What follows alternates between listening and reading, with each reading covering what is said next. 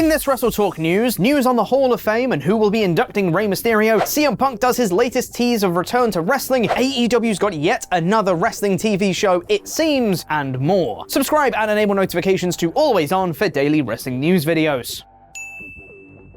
Support WrestleTalk! A couple of weekends ago, it was AEW Revolution, and pretty much everyone who watched the show agreed that it was pretty darn great. Not so for the former executive of the company, Cody Rhodes, who despite going on record to say he still loves the company and such, is obviously a filthy liar who lies, because he said to Good Karma Wrestling that I actually only saw some highlights from Ricky. I had a pirated feed, which I probably should have just figured out how to get a right feed. Not going to tell you who sent me that. Hello, FBI? I'd like to report a crime.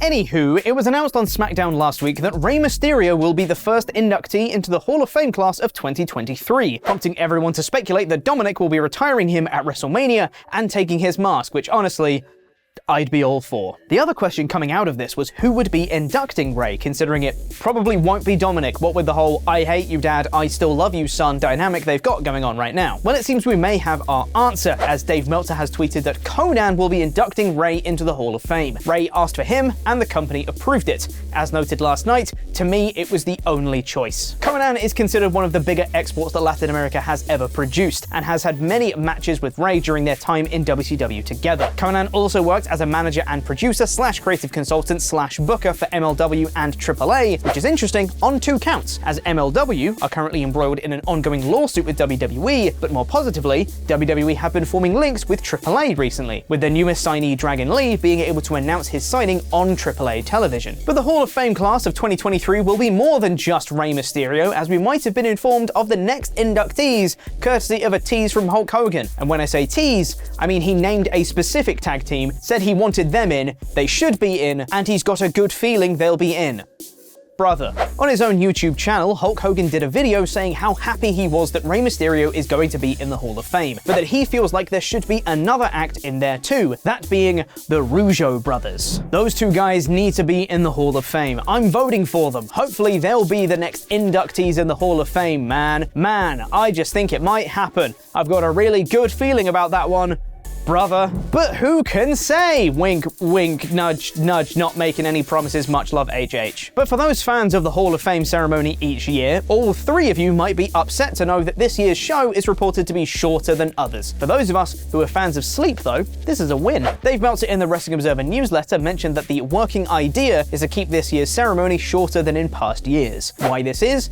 I don't know, but I think it's probably smart. Maybe they won't induct 17 million acts a year. That might keep the time down. But you know, it's been a whole few minutes in today's news video, and we haven't spoken about CM Punk yet, which seems like something we should do. Compulsory CM Punk story.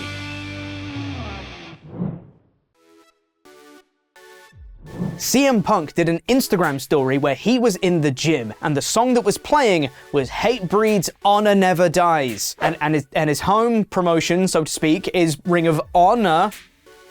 CM Punk returns to wrestling definitely 100% confirmed. And where better for CM Punk to wrestle again than not Ring of Honor, but AEW's new in-ring wrestling show, because yes, that is seemingly a thing that's happening. According to Andrew Zarian of the Mat Men podcast, AEW and Warner Bros. Discovery are closing in on a deal for a 3rd weekly wrestling show. This new show will reportedly be in a similar vein to Rampage, being 1 hour long. This will reportedly be announced within the next month. Interestingly, Andrew Zarian also teased that this potentially could be in the historic time slot of 6:05 p.m. on Saturday nights, which was the time slot WCW Saturday Night had back in the day. And while there's no word on what this new show will be called from this report, it's worth noting that AEW did recently file a trademark for AEW Collision, which was a trademark usable for a wrestling show. This will also be the 4th weekly TV show that AEW airs, along with their new AEW All Access show that will be coming soon. It seems that relationship between AEW and Warner Bros. Discovery is looking pretty sweet right about now. Meanwhile, over in AAA, former 3-time AAA Trios champion Chess Man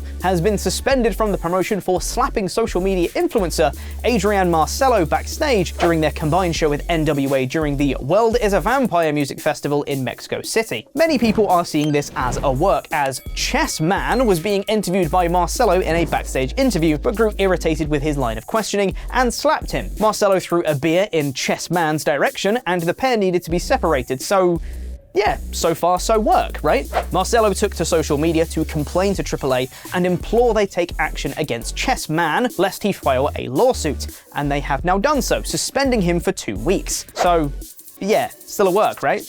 Maybe? Probably.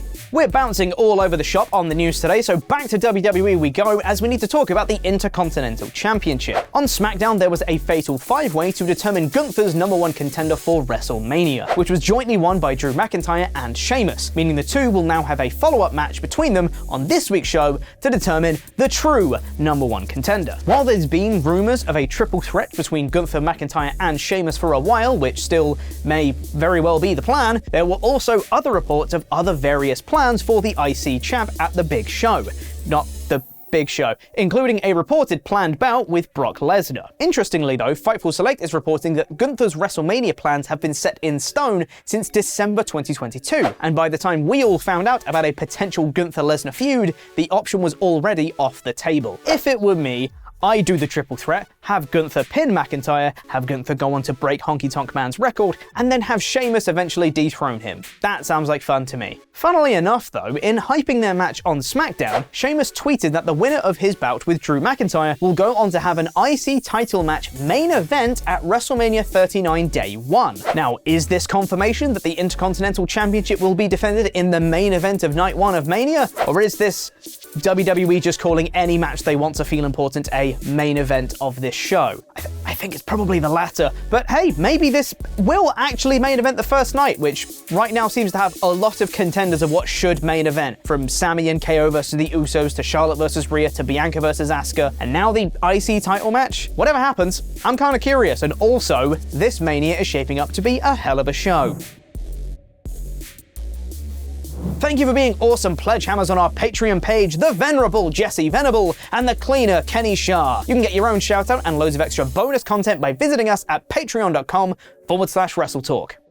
I feel like this is about the 17th time I've said this sentence in the past week, but since Triple H took over creative at WWE, we've seen numerous returns in the company, from Johnny Gargano to Bronson Reed to Karrion Kross to Chelsea Green. Cody Rhodes has named one more person that he wants to come back to the company before long, that being the former Zack Ryder, Matt Cardona. Speaking to the Good Karma Wrestling podcast, he said, "What Matt does next is going to be huge. If he goes to AEW, that'd be cool, but if he comes back to WWE, that's what I want. It would be off the charts. I think he's a huge get, a huge free agent. He's the best he's ever been." Of course, this isn't the first time Cardona's been seen in the place where Cody's been working, as he showed up in AEW to help his pal back in 2020, saving him from a beatdown from John Silver and Alex Reynolds.